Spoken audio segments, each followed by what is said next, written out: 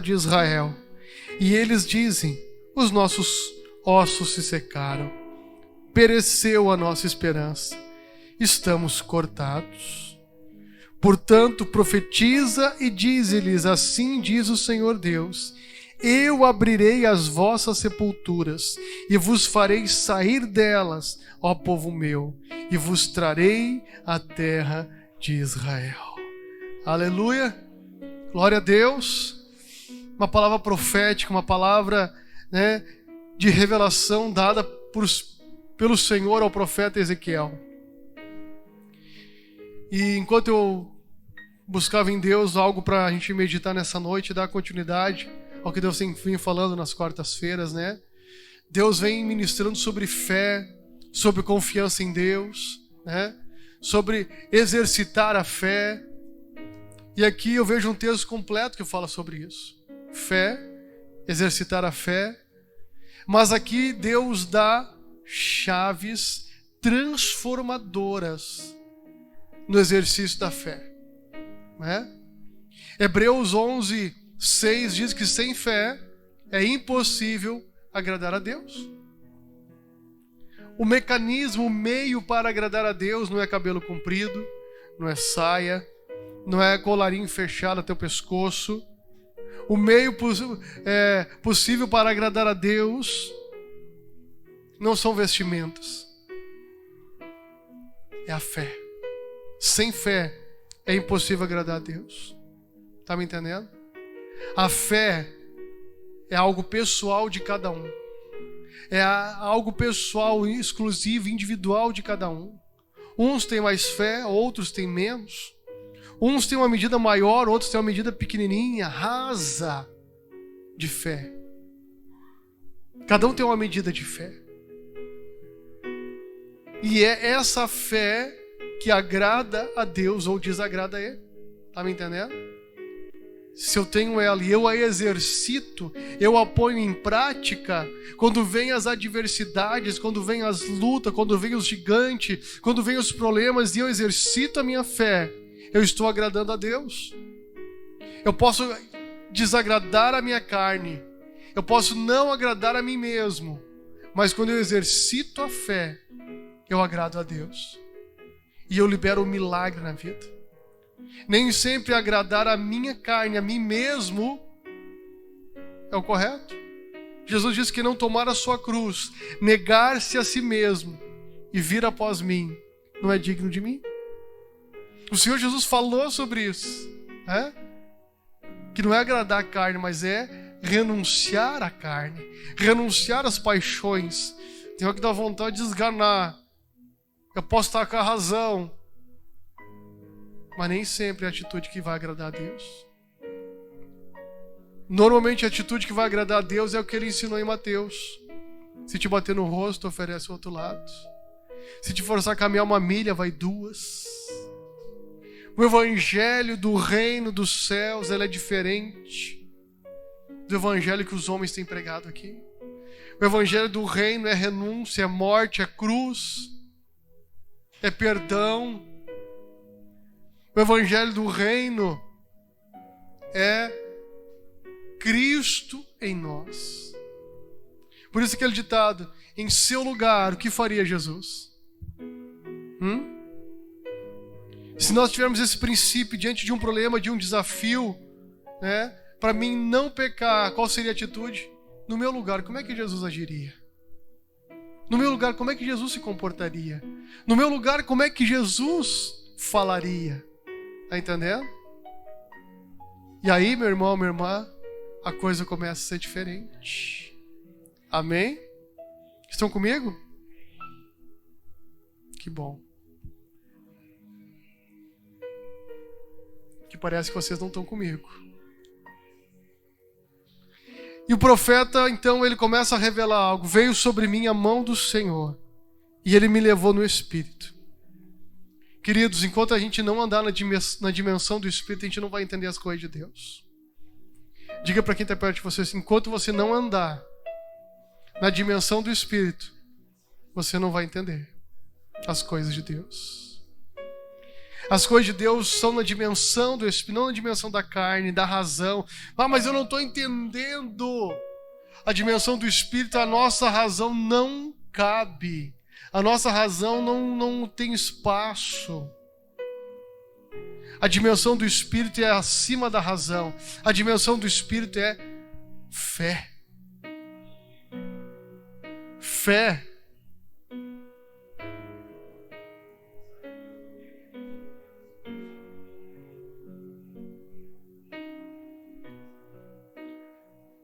Deus não quer que a gente entenda, mas que a gente creia nele. Olha que tremendo isso, né? Crer. É que nem eu dizia para o Isaac. Mas pai, por que eu tenho que fazer isso? Por obediência, meu filho. Mas eu não entendo. Mas às vezes não é entender, é obedecer. O simples fato é que nem Deus.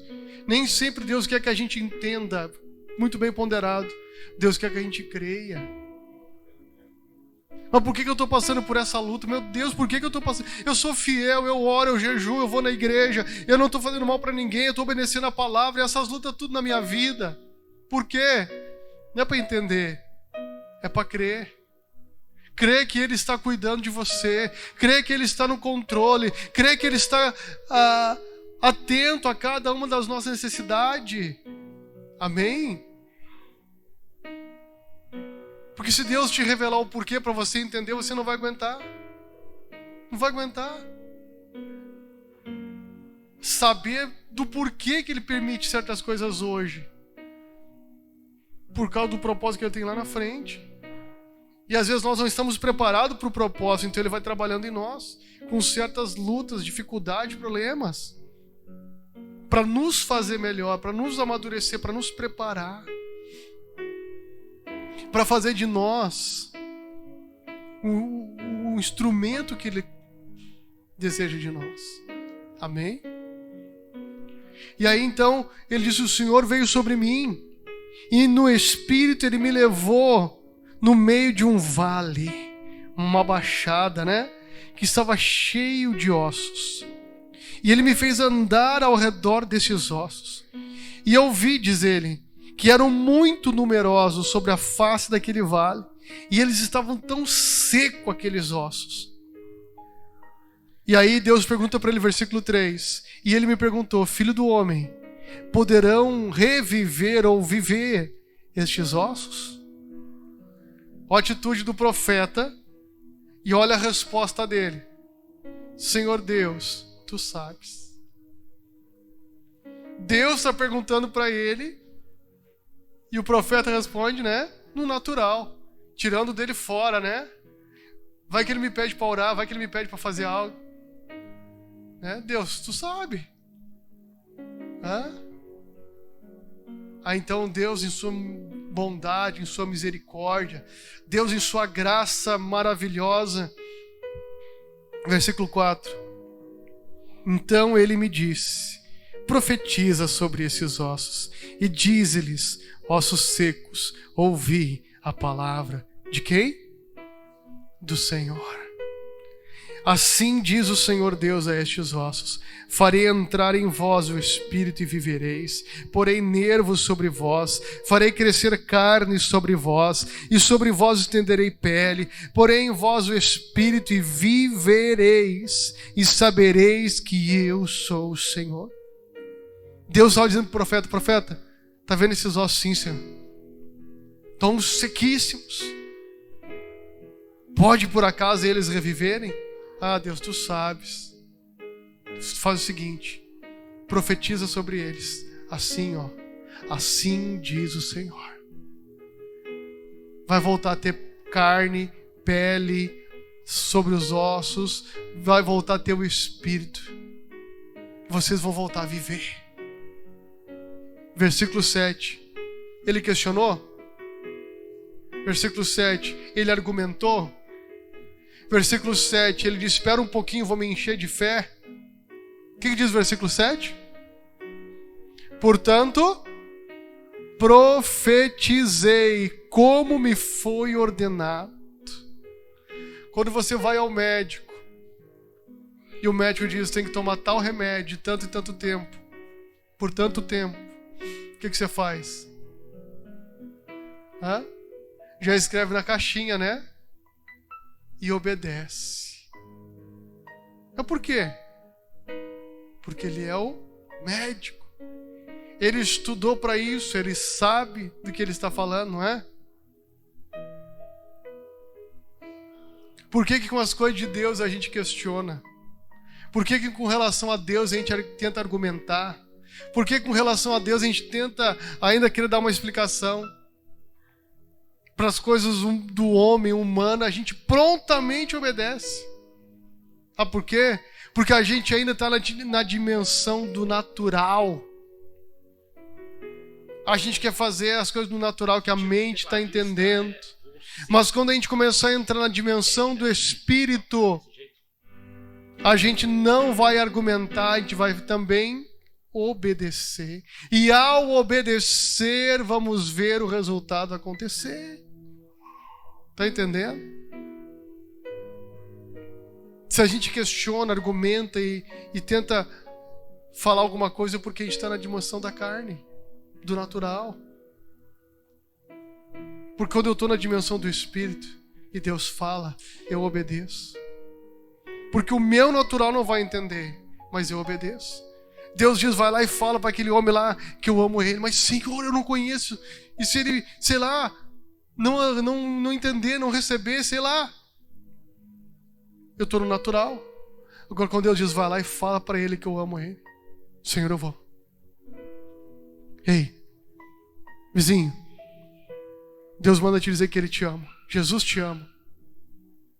Você obedeceu, você está no Espírito. Você não fica pensando, mas como é que vai ser, como é que não vai ser, o que será? Aquela pessoa começa a chorar. E diz, eu estava esperando uma resposta de Deus e você foi. Está entendendo? Deus foi bondoso e te mostrou na hora. Mas às vezes Deus nem vai te mostrar, você só entrega o recado e vai embora. Se fosse filmar e mostrar o que essa pessoa, então, ao ouvir aquela palavra, Deus, tu me ama, eu ia tirar minha vida hoje, mas o Senhor confirmou que me ama. Tá entendendo? Às vezes você vai ver na hora e às vezes você não vai ver, se você só obedeceu. E o resultado é com Deus.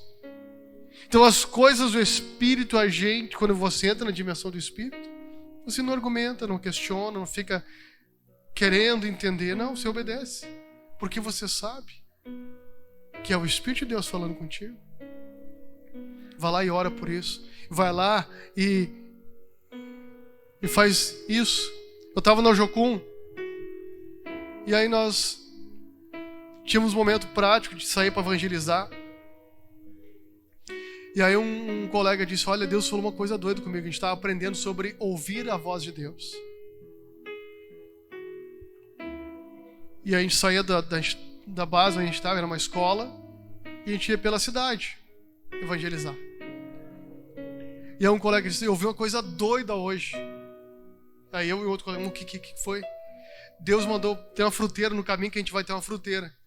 Deus mandou pegar um cacho de banana, comprar e botar na cabeça. A gente se olhou, meu colega era mais brincalhão, deu risada.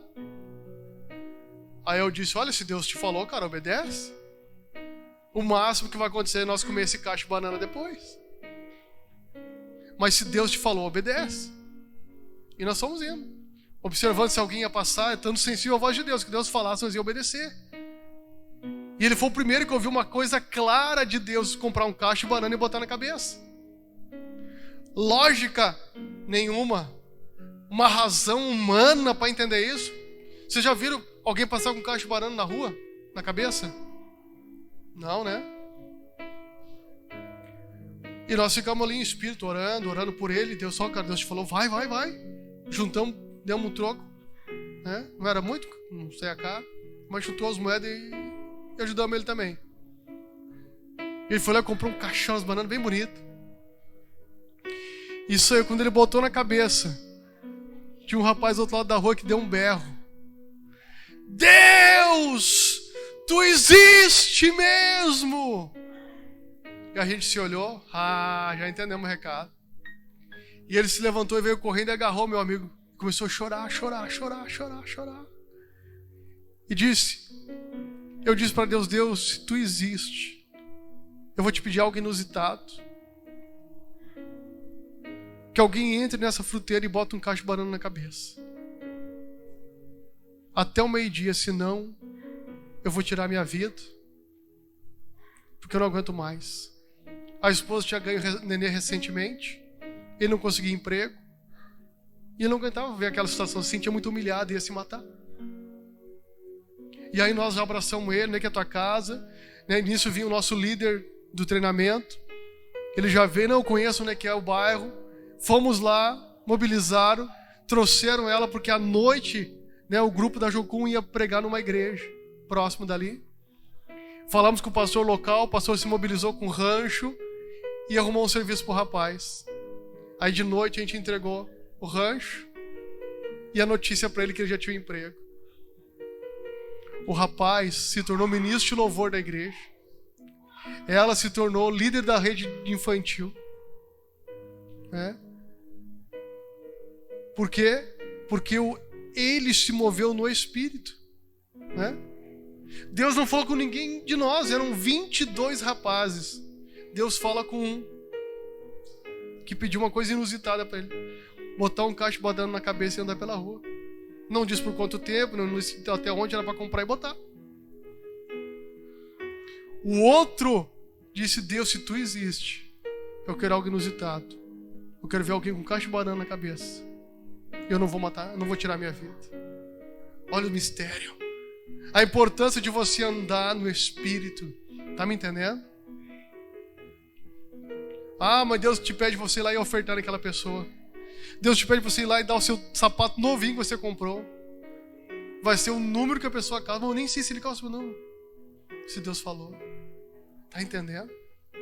O mistério de ouvir a voz de Deus. E o profeta então recebe essa palavra de Deus dizendo: profetiza esses ossos. Qual era a lógica de ver um osso sequíssimo humano voltar a ter vida? Mas ele não questionou. Versículo 7, ele diz: profetizei como me foi ordenado. Enquanto eu profetizava, houve um ruído, um barulho. Os ossos começaram a se ajuntar, cada osso ao seu osso, o fêmur com a bacia. E assim foi se juntando osso com osso, osso com osso. Imagina que ele, né, se fosse fazer um filme, né? Aquela ossaiada toda se batendo, procurando. Esse osso ali é meu, sai daí. Os ossos se encaixando, os ossos se conectando. E o profeta vendo aquilo, conforme ele havia falado. Há uma outra revelação aqui. Quando você anda no Espírito, obedece a Deus. Ou seja, deixa eu traduzir. Quando você se posiciona com Deus, vai dar um reboliço na tua vida. Sabe por quê? Porque os ossos secos estão indo para o lugar. Tudo aquilo que está sem vida começa a receber vida e começa a se ajustar.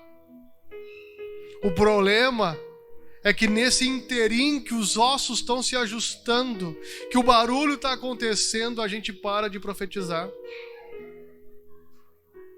Começa uma doença, o carro estraga, mas de novo, mas aquela porta se fecha, e aquele outra situação e aquilo. É as coisas indo para o lugar, mas a gente não está entendendo. Estava tudo quietinho, aquele mar de osso. Quando o profeta começa a profetizar, quando você começa a se posicionar em relação àquilo que Deus te pediu. Deus te pediu para você acordar cedo e orar. Deus te pediu para você começar a ler a Bíblia. Deus te pediu para você começar a abrir mão de certas atitudes, certos hábitos pecaminosos, certos comportamentos. Você começou a abrir mão, começou a obedecer. Agora você se determinou, eu vou ser fiel no dízimo, na oferta. Vai dar um rebuliço. Vai dar uma barulheira, vai dar um agito, para que você pare, fique com medo. Mas aí é a hora de você continuar profetizando. Profetizar é falar no Espírito. Profetizar é falar a linguagem de Deus. É falar pela fé. Aguenta o reboliço, está mexendo? Você se posicionou, começou uma barulheira, um reboliço. Não para não. Diga para quem está perto de você, não para não. A vitória vai dar. A vitória vai chegar. A bênção vai acontecer. Não para. Ou dá vontade de desistir, de sair correndo. Deixa os ossos se bater. Eu vou a perna para que te quero. Você começou, mas dá medo. Meu Deus. Mas está aqui na palavra. Enquanto eu profetizava, houve um ruído, um barulho. O osso começou a se juntar. Cada osso é o seu osso. Versículo 8. Olhei e vieram nervos sobre eles. Imagina, os ossos, agora aquele exército de esqueleto. Começa a crescer agora os tendão por cima dos ossos. Cada tendão no seu osso, tudo crescendo ali, dando uma firmeza àquele esqueleto. Não parou, continuou. Vieram os nervos sobre eles, cresceu a carne e estendeu-se a pele, mas não havia neles espírito. Olha o mistério. Conforme o profeta falou, a coisa começou a acontecer. Deu uma barulheira, deu um reboliço. Começou a acontecer. Mas havia ainda uma outra área que ele precisava agir novamente. Verso 9. Então ele me disse, o Senhor disse ao profeta, profetiza, fala ao Espírito. Profetiza ao Filho do Homem. E dize ao Espírito, assim diz o Senhor Deus, vem dos 4 ventos, ó Espírito, e assopra sobre estes mortos, para que vivam. Tem coisa que não é no natural, tem coisa que é no Espírito. Tá me entendendo? Tem coisa que é para você agir espiritualmente e a coisa vai romper, vai acontecer. Paulo disse que a nossa luta não é contra carne e sangue, mas sim contra principados, potestades, dominadores deste mundo tenebroso. E a gente acha que é contra as pessoas. Mas aquele lá tá me pegando no meu pé. Não é ele. É o diabo na vida dele. É o demônio na vida dele. Repreende o demônio que atua na vida dele, você vai ver. É uma ótima pessoa. Mas é o demônio que está inspirando a pessoa para te atacar, te alfinetar, te ferir com palavras. Repreende o demônio que atua na vida. E você vai ver como a coisa vai mudar. Amém? Amém? Assim diz o Senhor Deus, vem dos 4 ventos e assopra sobre estes mortos para que vivam. Verso 10. Profetizei como ele me ordenara. Então o Espírito entrou neles e viveram. E se puseram em pé um exército grande e extremo. Aleluia. Não era mais um vale de ossos, mas um exército de gente viva. De gente viva. E o versículo 11 diz, então ele me disse, filho do homem, estes ossos são toda a nação de Israel. E eles dizem, os nossos ossos se secaram, acabou a nossa esperança, estamos cortados. A nação de Israel estava se sentindo sem esperança. A nação de Israel estava se sentindo como aquele vale de ossos secos. Eu quero dizer nessa noite, Deus falava comigo, filho, tem pessoas que perderam a esperança. Não tem esperança. Em determinadas áreas de suas vidas perderam a esperança. Mas Deus manda dizer, profetiza e vai voltar a esperança. Profetiza, fala ao problema. Qual é o problema? Fala, dá nome para o problema. Dá nome, é uma doença, uma enfermidade, a falta de dinheiro, o que é? Dá nome para o problema. Começa a falar profeticamente ao problema. Eu preciso dessa solução. Não aceito essa situação. Deus, vem agora com o teu Espírito e tira a morte desse quadro, dessa situação e me dá vitória. Quando você começa a entender, começa a agir espiritualmente, na atitude correta, começa a tomar forma, começa a ter uma outra dimensão. Aquilo que está trancado começa liberar e a vitória vem, a bênção vem. Amém?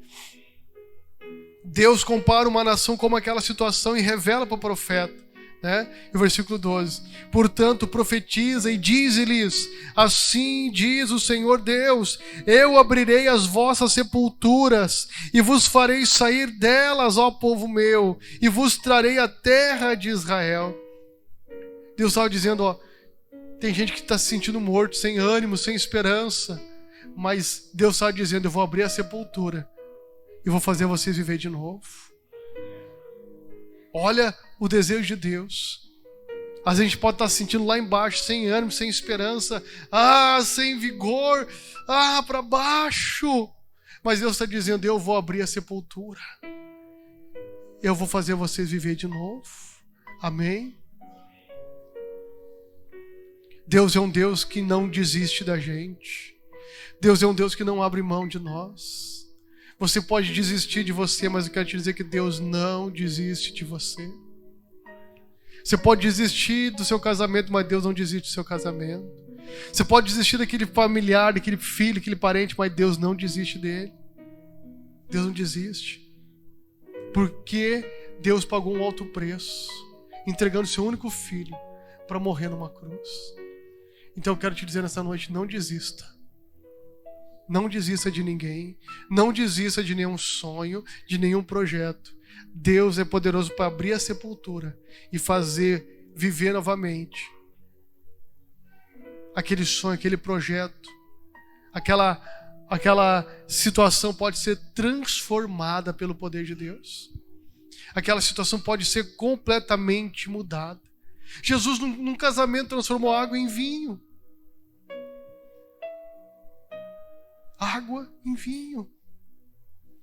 Ele mudou. Uma festa de casamento. Já tinham tomado tudo, podia dizer, não, chega de beber, acabou, chega. Vamos embora, vamos para casa. Mas Jesus não fez assim. Ele foi lá e transformou. Amém? O Senhor está preocupado com a tua alegria. O Senhor está preocupado com a tua alegria. Tem circunstâncias que vêm para roubar nossa alegria, para tirar nossa paz. Mas Ele é um Deus que se preocupa comigo e com você. Quando mais ninguém está preocupado, atento a você, Deus está. E Ele não vai te desamparar. Não vai te desamparar. Confia nele. Confia em Deus. Coloque a sua confiança em Deus. O salmista disse, Senhor, a nossa confiança está em Ti. O rei Josafá disse, Senhor, os nossos olhos estão postos em Ti. Para onde você está olhando? Para o problema? Para o desânimo? Já tentei um monte de vezes, não vou tentar mais? Já desisti? Para onde você está olhando? Para você mesmo e diz, eu não presto. Para onde você está olhando? Aonde está o teu olhar? Aonde está o teu foco? Aonde está o teu foco? Eu vi uma frase dizendo assim, foco no futuro. Não estava olhando o momento. Não era a circunstância do momento que determinava aquela pessoa. Aquela pessoa estava focada lá no futuro, onde ele queria ir, onde ele queria chegar. Se você focar o problema agora, se você focar as circunstâncias agora, é desanimadora muitas vezes. Mas se você focar lá no futuro, onde você quer chegar, o momento agora não vai te afetar. O momento de agora é só combustível para você chegar lá. Amém? Onde é que está o teu olhar? Aonde estão os teus olhos? Aonde estão? Aonde está a tua visão? Aonde está? Onde está o teu foco? Sempre tem alguém pior que você, sabia? Diga para quem está perto de você, sempre tem alguém pior que você. A gente acha que a gente é o último, né? A última pessoa do mundo que está sofrendo. Ninguém mais sofre que nem nós. Eu quero te dizer, sempre tem alguém pior. Sempre tem alguém passando coisa pior que nós. Então não desista. Não desanima. Não para. Não para. Hoje de manhã eu tive que levar o Benjamin na fono. E ele era mais cedo que o costume da semana dele acordar, e ele acordou e foi, quis ir prontamente, foi tranquilo, né? Chegou lá e foi com a doutora. E eu no meu coração agradecendo, Deus, obrigado. Né? Hoje está tudo fluindo, coisa boa, Senhor, obrigado. Que tem dias que não é fácil. E aí de repente entra um menino maior que ele, né? Tem várias pessoas, crianças com aspecto autista diferenciado, né? E esse menino corria na ponta dos dedos, agitava as mãos, né? E ele falava tudo. E às vezes dentro de mim eu dizia, Deus, se o Benjamin falasse, ia ser tão bom, ia ser tão melhor, tão mais fácil. Aí, vendo aquela situação, a mãe ali, né? Aquela situação, o Senhor me disse, tu estás vendo? E eu comecei a chorar, disse, Deus, eu entendi. Eu sei que na hora certa Ele vai falar. Mas obrigado, porque Ele não é nem comparado a esse quadro dessa criança. E eu comecei a agradecer ao mesmo tempo, orar por aquela criança e aquela mãe, né? Os minutos que eu fiquei ali foram meia hora. Aquele menino correu o tempo todo lá dentro até ser chamado. A mãe atrás dele me chamando. E ele daquele jeito, pensei, meu Deus, como é que deve ser em casa? Desde a hora que acorda até a hora que vai dormir. E às vezes a gente reclama. Às vezes a gente se queixa, né? Às vezes a gente diz, meu Deus, eu estou sofrendo, né? E aí eu chego à tarde, às 5 horas, pegar ele na escola, a professora veio e disse, pai, nós estamos evoluindo. Hoje ele já está reconhecendo as letras do nome dele, né? Eu disse, é verdade, professor. Ontem a gente desceu para ir no mercado buscar pão. Bem na frente do mercado tem umas placas de propaganda. Ele chegou no B. Ele foi na letra B, que era do nome dele. Esse é o B de Benjamin. E ele... Sabe, queridos, cada um só vai entender a dimensão do que eu estou falando quem passa por isso, quem já viveu isso, quem tem noção disso. Mas o que eu quero te dizer é que muita gente está focado numa situação e acha que aquilo é o fim pra gente. Tem gente passando coisa pior do que você. Mas ao mesmo tempo nisso que você está passando é Deus te fazendo melhor. E enquanto Deus falava aquilo comigo, eu disse, Deus, obrigado por ter sido escolhido para ser o pai do Benjamin. Eu não sei o que seria da minha vida sem o Benjamin, sem o Isaac, né? Minha vida mudou, né? O Benjamin veio, nasceu, bagunçou a minha vida, mas colocou em ordem meu coração. Sabe? Ele colocou em ordem meu coração. Com relação a Deus, com relação à vida, né? E às vezes Deus quer permitir situações na tua vida que vão aparentemente bagunçar a tua vida. Mas é Deus querendo colocar em ordem o teu coração. As prioridades, os valores, aquilo que realmente importa para você, né? Meu Deus, aquele emprego que eu queria, Deus, e agora eu tenho que fazer isso? Pode bagunçar a tua vida, mas é Deus colocando teu coração em ordem. É Deus colocando teu interior em ordem. Tá me entendendo? Às vezes Deus permite aquele rebuliço dos ossos na nossa volta, mas para colocar em ordem o nosso mundo interior. Nossa comunhão com Ele, nossos valores, até a forma de olhar para as pessoas. Tá me entendendo? Deus chamou o profeta e ensinou princípios para ele. trouxe chaves transformadoras para ele, né?